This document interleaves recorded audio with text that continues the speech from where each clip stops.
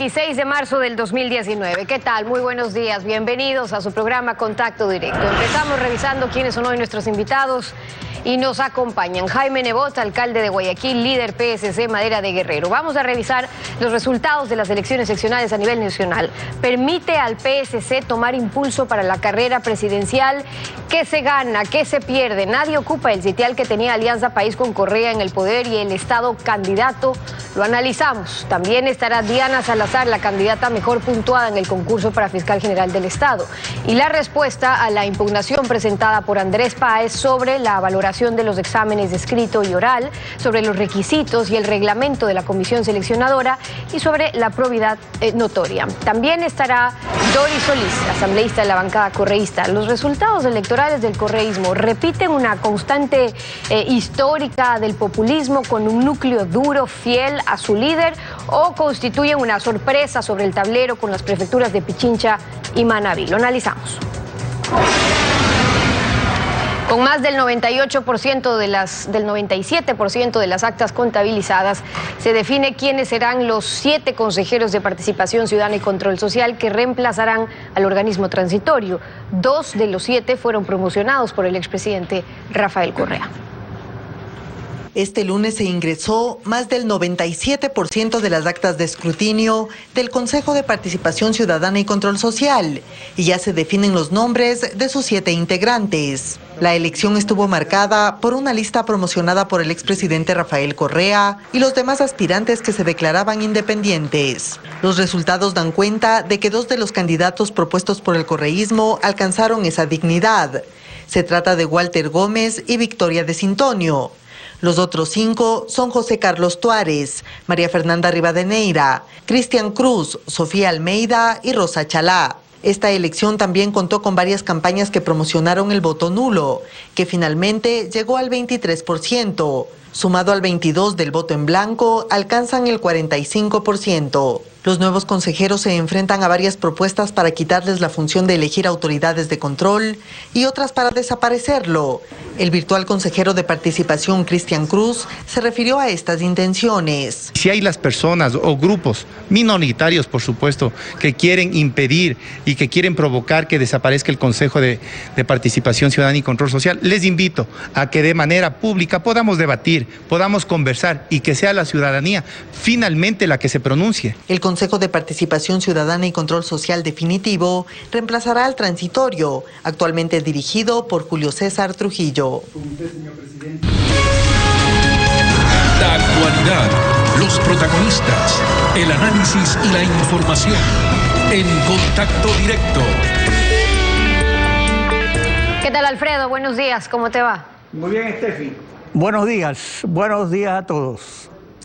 Jaime Nebot fue electoralmente bautizado en 1990 como diputado por Guayas, pasando a ser el jefe del bloque más numeroso del Congreso, luego de que 2 años antes la izquierda democrática había arrasado en las elecciones. Había copado todas las funciones del Estado y puesto al expresidente Febres Cordero al borde de la cárcel. 2 años después ocurrió lo impensable, segunda vuelta presidencial entre 2 socialcristianos, Jaime Nebot versus Sixto Durán. Así da vueltas la política. Quienes la conocen saben que en ella todo es posible. Jaime Nebot, líder del PSC, buen día, bienvenido a Contacto Directo. Buen día, Alfredo, buen día, televidentes. Los resultados electorales del PSC, luego de la división de Alianza País entre correístas y morenistas, del autoexilio de Rafael Correa, de la eliminación de la reelección indefinida y del desmantelamiento del Grupo Unido que aglutinaba a simpatizantes del PSC o aliados que se habían convertido en aliados del Movimiento País, pone nuevamente a Jaime Nebot en la senda de la carrera presidencial. ¿Cuántos alcaldes y prefectos alcanza y pierde el PSC en esta vez? Alfredo, el triunfo no es del PSC y aliados, es el triunfo de un pueblo que privilegia la ideología de la prosperidad y un partido del Ecuador sobre cualquier otra ideología y sobre cualquier otro partido. Sin embargo, esa fue nuestra propuesta y hemos sacado 50 alcaldes en todas las regiones y 8 prefectos, pero fundamentalmente los votos de la gente que piensa así, aún en los casos donde no se ha ganado, que tuvieron votaciones enormes, significa convertirse en la primera corriente nacional de votos por larga diferencia. Y eso se podrá ver en los próximos días muy fácilmente. Lo importante, y yo me alegro de ello, es que en el Ecuador empieza a vislumbrarse esa ideología de la prosperidad. La gente por encima de la izquierda y de la derecha, en la que yo no creo, le digo con toda franqueza, no es que no tengo una ideología, que la tengo y es conocida, es definirse por la prosperidad. La gente quiere pragmáticamente progresar, en libertad, por supuesto, y con respeto. En la rueda de prensa por el triunfo de Cintia Viteri y Carlos Luis Morales, usted afirmó lo siguiente. Veamos.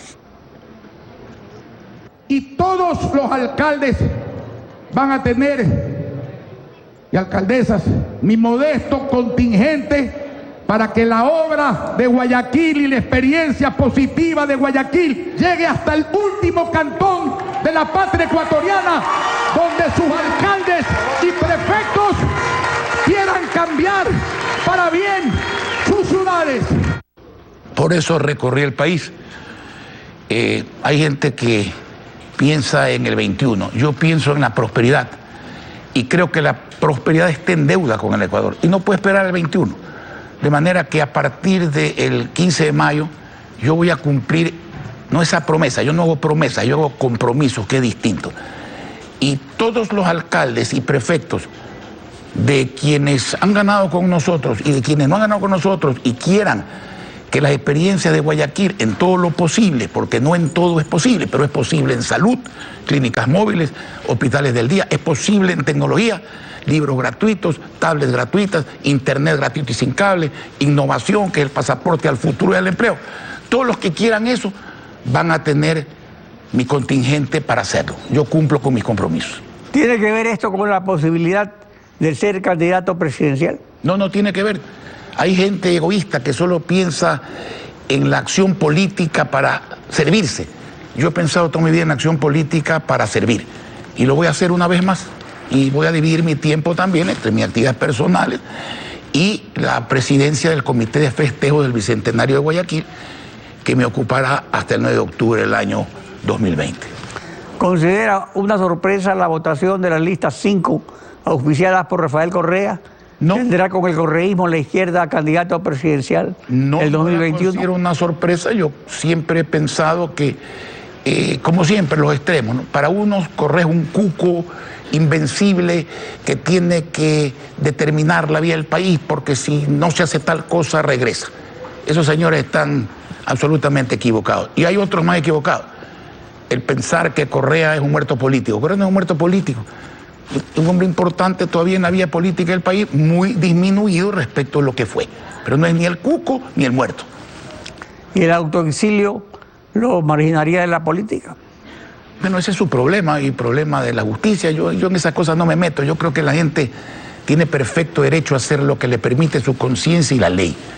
Y ese es derecho ajeno. El problema del derecho propio es hacer lo que uno cree que tiene que hacer. Hace unos meses, en entrevista publicada por la revista Vistazo, usted afirmó que su decisión para no ser candidato presidencial durante 20 años, cediendo el apoyo del PSC a Maguad, fue que el país venía arrastrando una situación económica muy difícil. ¿Quedaría ahora, en cambio, la mesa servida para el 2021, después del gobierno de Lenín Moreno, que el PSC apoya? Bueno, yo creo que la mesa no queda servida, queda vacía. En materia económica, yo creo que el presidente tiene méritos en otro sentido. En economía, francamente, yo la cosa la veo muy complicada. Mire, a mí me gusta ser frontal. Yo he dicho y lo vuelvo a repetir, yo no aceptaré jamás ser candidato a presidente de la República si no me convenzo a mí mismo de que yo puedo ser mejor presidente que alcalde. De manera que, y que gobernador. Nunca me ha preocupado llegar, me ha preocupado irme. Como gobernador me fui bien, como alcalde me voy mejor. Yo no estoy para ser mediocre, no me gusta engañar a la gente, de manera que de eso hay tiempo para conversar. La elección de consejeros de participación ciudadana no le da mayoría a Correa. ¿Esto se bloqueó al no apoyar el voto nulo? Eso es consecuencia de la lógica. Mire, ese Consejo de Participación, yo lo he dicho varias veces, es ajeno a la institución democrática del Ecuador y de cualquier país del mundo, al menos con las funciones que ahora tiene. Pero la situación es que en la Constitución ecuatoriana existe, es que en la consulta se decidió que por voto popular había que elegir a los consejeros, es que ayer se los eligió. Esa es la democracia. A mí no me gusta, pero la democracia no es buena cuando a mí me gusta y mala cuando a mí no me gusta. Entonces, lo del voto nulo es un adefesio. ¿Por qué es un adefesio? Primero, no sirve para nada, porque lo que se podía lograr constitucionalmente era que se repita la elección con los mismos candidatos. Segundo, ¿cuánta gente ha votado nulo? 23%. ¿Cuál es el promedio del voto nulo? 14% en cualquier elección. Mírenlo ahora. El pueblo definitivamente es inteligente. Usted debe recordar cuando en el año 78 no se quería la nueva constitución y la alternativa era la del 46. Los enemigos de la nueva constitución, los acérrimos enemigos, decidieron votar nulo. ¿Y qué pasó? Ganó lo que no quería que ganen, porque si se hubieran sumado los nulos a la constitución del 46, hubiera ganado la del 46. Votar nulo es dejar que el otro elija lo que uno no quiere. Vea usted, este consejo está integrado en forma disímil. Lo importante ahora es resolver este tema, pero de acuerdo con la Constitución, de acuerdo con la ley, de acuerdo con la Corte Constitucional, de acuerdo con la democracia. Me alegra ver el señor Cruz que diga: vamos a dialogar para ver cómo esta institución se enmarca en la Constitución y la ley. Porque si no, perdóneme, van a dar la válvula a los ecuatorianos respecto a esa institución. Pero lo importante es si lo hacen, y será por intemperancia, que espero no exista, de los elegidos, que lo hagan constitucionalmente, legalmente, porque no se puede sentar precedentes funestos que dañan a la democracia. Pero el pueblo es mucho más sabio que determinados políticos, sin lugar a dudas. Y lo ha demostrado el día de ayer, antes de ayer, perdón. Ahora, no solamente existe lo del Consejo de Participación que se debería cambiar en la Constitución, también hay una serie de reglas, y se lo ha visto ahora, por ejemplo, con la actuación del Consejo de Participación Ciudadana o la actuación del CNE, se han cambiado, o sea, se ha jalado la válvula. Pero ¿qué han hecho? Han actuado con las mismas reglas, con las mismas regulaciones de la anterior. Se debería ir tal vez a una consulta popular, no para llamar a constituyente, pero sí para escoger entre dos constituciones, la del 2008 y la del 98, por ejemplo. Es una vía, Alfredo. Reformar la Constitución es otra. Hay vías. La democracia se reforma, se arregla, se fortalece o se debilita a través de mecanismos constitucionales y legales. La consulta popular es una forma. La reforma constitucional es otra. Los pronunciamientos de la Corte Constitucional, donde hay elementos positivos, es otra. Lo que no se puede es forzar las cosas. No se puede hacer que lo que siempre ha valido uno como un voto nulo por capricho valga 3. Eso no es democracia. Eso es multiplicar por 3 el capricho de uno que no es democrático. Y en cuanto al Consejo Nacional Electoral, mire, he oído, a mí me da risa, francamente, porque yo soy un hombre de buen genio, que a veces dicen que no, pero soy, que hay que revisar porque aquí hay un gran fraude electoral. Fraude electoral, oiga, el fraude se lo hacen o tratan de hacerlo ilegalmente los que pierden a los que ganan, pues, pero no los que ganan a los que pierden. Usted que hay fraude de la doctora Viteri con el 53% respecto a un candidato que tiene el 2,70, o sea que no tiene el 3. Por favor, ese tipo de criterios son absurdos. Cuando uno no tiene votos, lo caballeroso, lo democrático es aceptar, perdí, y reconocer que ganó otra persona. Yo recorrí el país, 77 ciudades, ahí están los testimonios gráficos, los videos de qué pasaba en esos recibimientos. ¿Dónde están los recibimientos y las acciones populares de los que dicen que les han hecho fraude? Así que, amigo, el odio es un mal consejero. El otro día leí algo que me hizo gracia al principio y me hizo meditar después. El odio es la copa de veneno que uno se toma pensando que se va a morir otro. El que se muere es el odiador. Los demás no se dan ni por notificados.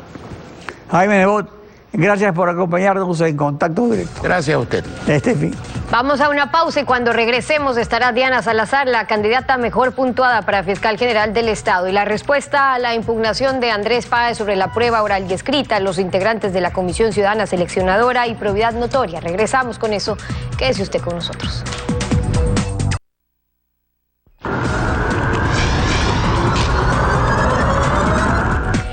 En medio de los resultados electorales, esta semana también se está definiendo quién será el o la próxima fiscal general de la Nación. Estamos ya en la recta final y la candidata que encabeza la nómina de los 5 mejor puntuados es Diana Salazar, la actual directora de la UAFE, la Unidad de Análisis Financiero y Económico. Bienvenida a Contacto Directo.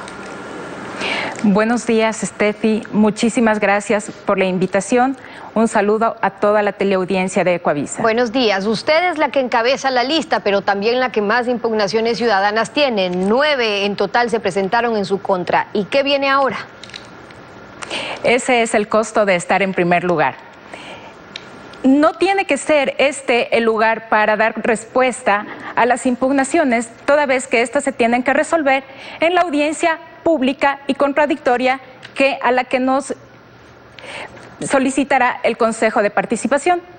Sin embargo, en aras de la transparencia y que la ciudadanía tenga la tranquilidad de quiénes son los candidatos que están postulando para optar por el cargo de fiscal general, he decidido dar contestación a la impugnación que el doctor Andrés Páez la ha expuesto aquí en el noticiero de Ecuavisa. Efectivamente, Andrés Páez estuvo ayer en Contacto Directo. Él impugnó su candidatura ante el Consejo Transitorio. Empecemos escuchando algo de lo que él dijo.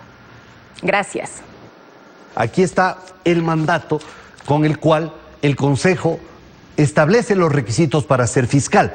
Y en el artículo 14, numeral 1, literal H, dice: certificados que acrediten tener 10 años de experiencia profesional en materia penal en la judicatura o en la docencia.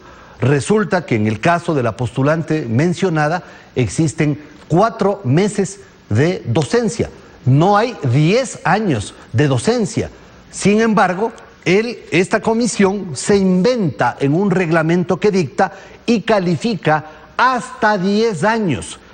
Esto lo hace en el numeral 2 de este reglamento que está aquí. La actuación de la comisión puede dar lugar incluso a que se nulite este concurso. Su réplica. El artículo 14 del mandato que fue aprobado el 27 de noviembre establece que los postulantes tienen que acreditar 10 años de ejercicio profesional en la cátedra, también en la judicatura o en el ejercicio sea público o privado. Lo que el señor Páez, al parecer, no llegó a leer o entender es que este ejercicio profesional no necesariamente tiene que ser desempeñando las funciones de juez, de fiscal o de docente universitario exclusivamente. Porque lo que Páez decía es que en el caso del ejercicio de la judicatura, él tenía documentos notarizados de la Fiscalía que acreditaban un tiempo de servicio de 7 años como fiscal, que no se incluye ahí otro trabajo en la Fiscalía, por lo que no llegaría a los 10 años. Estos son los que el señor Páez ha notarizado y que corresponden a los mismos que yo presenté en mi carpeta para mi postulación. Y corresponde al certificado otorgado por el director de talento humano de la Fiscalía General del Estado, en donde se certifica cada uno de los cargos que Diana Salazar ha tenido en la Fiscalía General del Estado, no desde el 2007, desde el 2001. Desde el 2007 tenemos el certificado del registro de títulos del CENESID, en donde a partir del 2007 se encuentra el registro e inicia la carrera profesional. Yo le hago una pregunta a usted, Steffi. ¿Qué pasaría si un abogado que ha prestado sus servicios, por ejemplo, en la función pública, realizando actividades relacionadas con el derecho penal, pero nunca ha ejercido la actividad o de juez, o de fiscal, o de docente universitario, no estaría en la posibilidad de optar por una candidatura para fiscal general.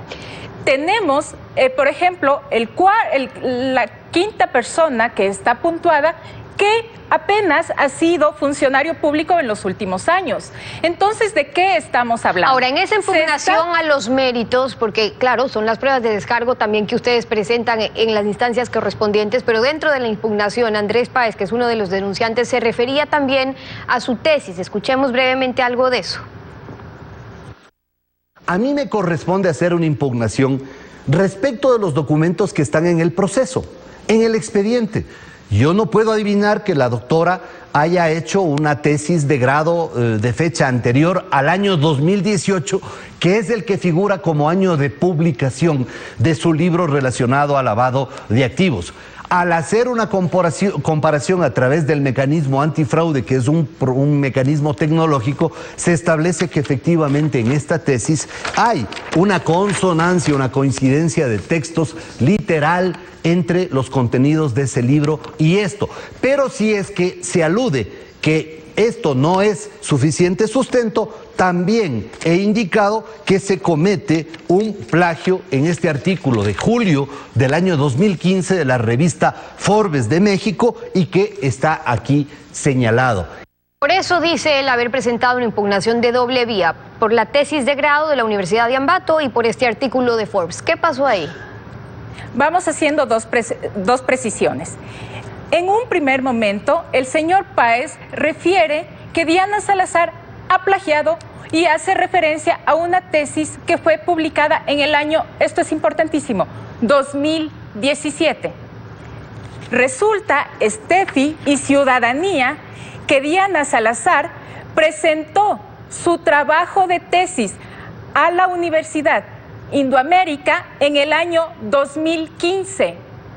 Prueba de ello está que el registro del título de maestría en el CENESID consta del año 2015. Pero el señor Páez también refiere haber pasado a través de un programa antiplagio toda mi tesis y que resultó posteriormente publicada en el libro del 2018. Resulta que este trabajo la Universidad Indoamérica en el año 2015 ya lo realizó. Aquí tenemos el certificado del análisis de antiplagio y lo principal establece que existe una coincidencia del 10% con respecto a todo lo constante en esta tesis. Significa que existen coincidencias por leyes o por las frases a las que él ha hecho referencia y que no sobrepasan el 10%. Este porcentaje es el validado por la educación superior para aprobar y dar por original un trabajo. Eso en cuanto al trabajo y a la tesis presentada. Ahora, déjeme brevemente preguntarle sobre esto porque él también se refería a la prueba oral y recordemos que ya se discutió sobre cuándo se debe hacer la prueba oral, que no quede para el final porque luego puede ser subjetivo si es que ya saben si alguien va ganando, si alguien va perdiendo, que con esa prueba oral, que con 30 puntos se le pueda favorecer o no a un candidato. ¿Qué dice usted sobre eso? El 27 de noviembre, cuando se aprobó el mandato, se establecieron las reglas claras y las fases por las que se va a pasar en este concurso.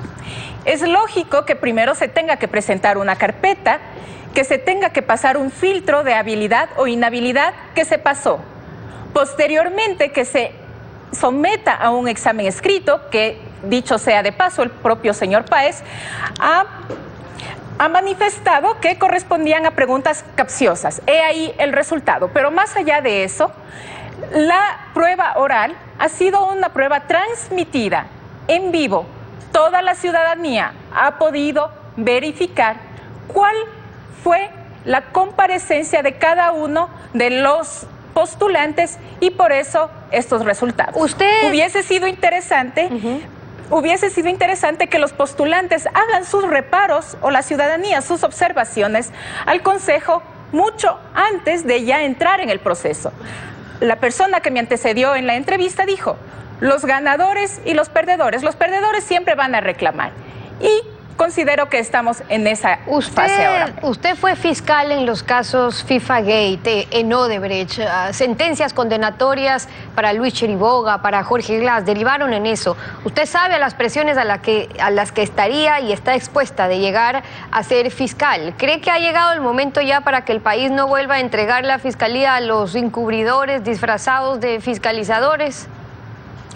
Estamos en medio de un proceso, confiamos en que el Consejo de Participación Ciudadana elegirá a la mejor persona que pueda llevar adelante todas las investigaciones que el país requiere. Estamos en este proceso porque tenemos la capacidad de hacerlo. Ya lo hemos demostrado con los casos que usted ha referido anteriormente y vamos a seguir haciéndolo de llegar a la Fiscalía General. Diana Salazar, postulante a fiscal general, hoy en Contacto Directo. Gracias por haber estado con nosotros. Gracias. A usted. 7:30. Vamos a una pausa y al regresar estará Doris Solís, asambleísta de la bancada correísta. La evaluación a los resultados electorales, el correísmo como potencia electoral. En pocos minutos lo analizamos. No se vaya.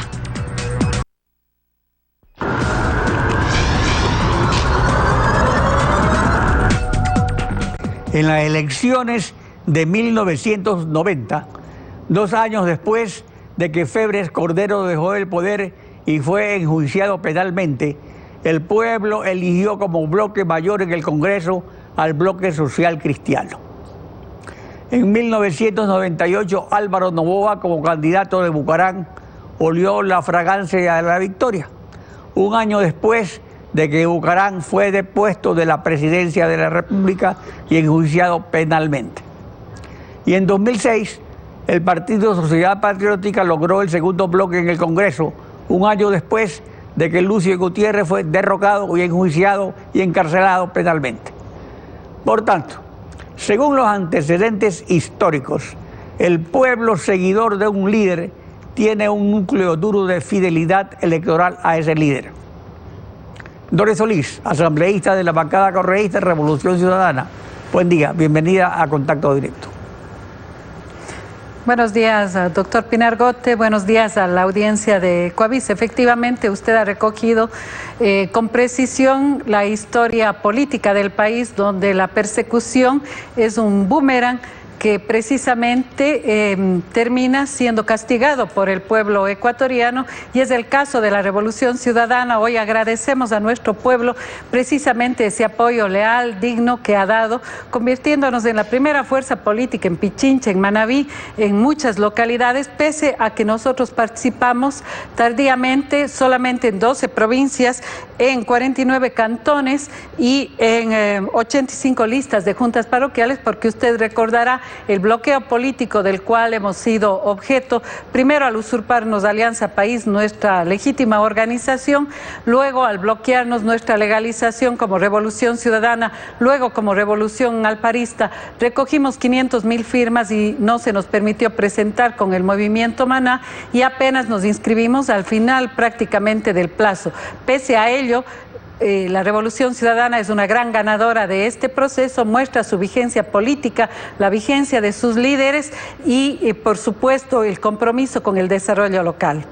La votación de los candidatos de Compromiso Social, listas 5, auspiciadas por el expresidente Rafael Correa, permitirán conservar para el correísmo el sitial de primera fuerza electoral, o ser al menos una de las más importantes a nivel nacional, especialmente como una tendencia de izquierda que actualmente ni siquiera tiene un pretendiente a la silla presidencial. Así es, yo creo que la Revolución Ciudadana no es un proyecto electoral, la Revolución Ciudadana es un proyecto político que propone una sociedad más equitativa, con justicia social, con inclusión para todos. Desde esa perspectiva es un proyecto absolutamente vigente para el Ecuador. Sus tesis son tesis certeras de soberanía, de dignidad para el pueblo ecuatoriano. Tenemos propuestas importantes para el desarrollo local inclusivo, de modo que estas elecciones precisamente han derrotado esa persecución política, el bloqueo mediático, la persecución y el bloqueo institucional. Creo que también han derrotado a los propulsores del voto nulo, como ya se dijo por parte del propio alcalde Nebot. y por supuesto han derrotado las viejas formas de hacer política. Yo creo que la gran derrotada, como ha dicho Rafael Correa, es la política canallesca que no ha logrado sus objetivos. El pueblo ecuatoriano silenciosamente con su voto ha castigado esas viejas formas de hacer política, castigado cacicazgos políticos que se creían eternos, ha dado oportunidad a cuadros nuevos, jóvenes, y por supuesto, lo decimos con absoluta gratitud y orgullo, la revolución ciudadana está vigente y ha demostrado que está sembrada en el pueblo ecuatoriano, más allá de nuestro líder histórico, indudable, como es Rafael Correa, que no ha estado presente, que no ha podido hacer campaña equitativamente. Pero la situación de Rafael Correa, de prófugo de la justicia actualmente, sus seguidores se irán perfilando por un candidato o candidata presidencial de la tendencia de izquierda que hoy no existe para las elecciones presidenciales de 2021 que están mirando la esquina. Bueno, primero yo creo que hay que señalar y llegará el momento en que autoridades probas y justas puedan establecer la persecución política que, está dándose contra Rafael Correa. Creo que él no es un prófugo de la justicia, es un perseguido político, y eso irá demostrándose en el transcurso del tiempo. Creo que es una de las grandes advertencias y lecciones que ha dado el pueblo ecuatoriano, que rechaza, que ha castigado esa forma canallesca de hacer política, ha castigado las campañas sucias en muchas localidades, ha castigado las campañas millonarias. Bueno, pero ustedes no y es hora de que el Ecuador absoluta, digamos, han sacado una votación importante que es diferente. En el caso de Bucaram también pasó lo mismo durante los primeros años. El hecho ahora es que no está presente y que tendrían que optar por un candidato eventualmente de la tendencia, ¿no? Así es, yo creo que el país puede mirar en este momento la cantidad de líderes y lideresas jóvenes que tiene la Revolución Ciudadana, que representan legítimamente a sectores importantísimos de la sociedad, hombres y mujeres, jóvenes, líderes indígenas, líderes de las diferentes diversidades del país, y estaremos listos sin duda alguna como un proyecto político vigente que representa caros intereses del pueblo ecuatoriano para terciar en las elecciones del 2021. Y adicionalmente, ahora también se ha suprimido la reelección indefinida. Bueno, en todo caso, las tres principales provincias electoralmente hablando son Guayas, Pichincha y Manabí. Compromiso Social está logrando las prefecturas de Pichincha y Manabí, pero con votaciones que no alcanzan los niveles de años anteriores. ¿Cuáles son entonces las proyecciones? ¿Mantener estos bastiones, expandirse a nivel nacional? Tenemos efectivamente estructura organizativa, pese a los golpes absolutamente antidemocráticos que hemos recibido. Tenemos estructura organizada de Revolución Ciudadana en alianza con Compromiso Social prácticamente en todas las localidades. Este proceso nos ha enseñado y nos ha fortalecido en la construcción organizativa, política, en las propuestas sintonizadas con la sociedad, y yo creo que efectivamente la Revolución Ciudadana está más vigente que nunca. Originalmente fue Movimiento País el que agrupó a los seguidores de Rafael Correa con un tinte ideológico de izquierda. Posteriormente creció como Alianza País, que acogió a algunos huérfanos de la partidocracia, ex-PSC, ex-PRE, expandiendo su alcance electoral y flexibilizando el aspecto ideológico. Puede decirse ahora que Alianza País es un recuerdo del pasado y que Movimiento País cobra fuerza de nuevo. Creo que es lamentable que literalmente el gobierno y los máximos líderes que traicionaron el proceso político de la Revolución Ciudadana han matado a Alianza País. Sus resultados son absolutamente pírricos, su estructura absolutamente debilitada, porque el pueblo ecuatoriano no tolera la traición al programa de gobierno, la traición a sus líderes, a sus ideales. Ojalá un día podamos recuperar Alianza País, nuestro legítimo movimiento, pero la Revolución Ciudadana está más allá de la lista 35 2025, obviamente, como acabamos de demostrar, la Revolución Ciudadana es un proceso histórico, es un proyecto político, y creo que en las opciones que hoy tenemos, la opción de la lista 5 con compromiso social, precisamente hemos superado los requisitos legales para persistir como organización política. Tenemos cerca de 60 concejales en 31 alcaldías, tenemos una votación significativa, probablemente disminuida porque, como he señalado, nosotros recién pudimos articular candidaturas al tener al final del proceso de inscripción la posibilidad de la lista 5. Muchos de nuestros compañeros y compañeras ya habían definido su participación legítima con otras tiendas políticas al verse bloqueados políticamente, de modo que la fuerza que hoy se puede mirar en los resultados electorales todavía es una fuerza que no visibiliza todo lo que representa el proyecto de la Revolución Ciudadana. Estos años que tenemos... En el Consejo de Participación Ciudadana y Control Social, elegido por el pueblo, habrá 2 candidatos que fueron recomendados por el presidente Correa. Respecto a la propuesta que hay en curso de que se suprima o no este consejo, ¿cuál es la posición de Alianza País? De Alianza País. ¿Cuál es la posición de la Revolución Ciudadana? La posición de la Revolución Ciudadana es que se respete la Constitución, que buscó con este organismo innovador precisamente sacar del poder político la designación de las autoridades de control, de las autoridades más importantes que deben ser autónomas del poder político. Pero no se logró absolutamente. Fue más bien representante de ese poder político que gobernó el país durante una década. Yo creo que no fue así. Las elecciones se designaron con comisiones ciudadanas donde participaron una serie de actores. Sin embargo, si ese mecanismo tiene que perfeccionarse, hay que concentrarnos en el concepto fundamental, que es el hecho de que no sea la Asamblea con la expresión de los diferentes intereses políticos la que vuelva a designar las autoridades de control, sino sean mecanismos ciudadanos. Por lo tanto, nosotros exigiremos, y nuestra tesis es el respeto a la Constitución. Si quiere reformarse esa Constitución, tiene que irse a una Asamblea Constituyente, porque se estará afectando la estructura del Estado. No es a través de un proceso asambleario, sino es a través de una Asamblea Constituyente que podría reformarse la estructura del Estado. Pero es un debate abierto, un debate muy importante que creemos que hay que encararlo, dónde deben designarse y con qué mecanismos las autoridades de control político. Doris Solís, asambleísta de la bancada correísta, gracias por participar en Contacto Directo. Gracias, Estefi. Así concluimos esta emisión. A ustedes también gracias, su confianza y sintonía. Nos volvemos a encontrar mañana, Alfredo. Mañana continuamos rollando la desinformación en Contacto Directo. Buenos días.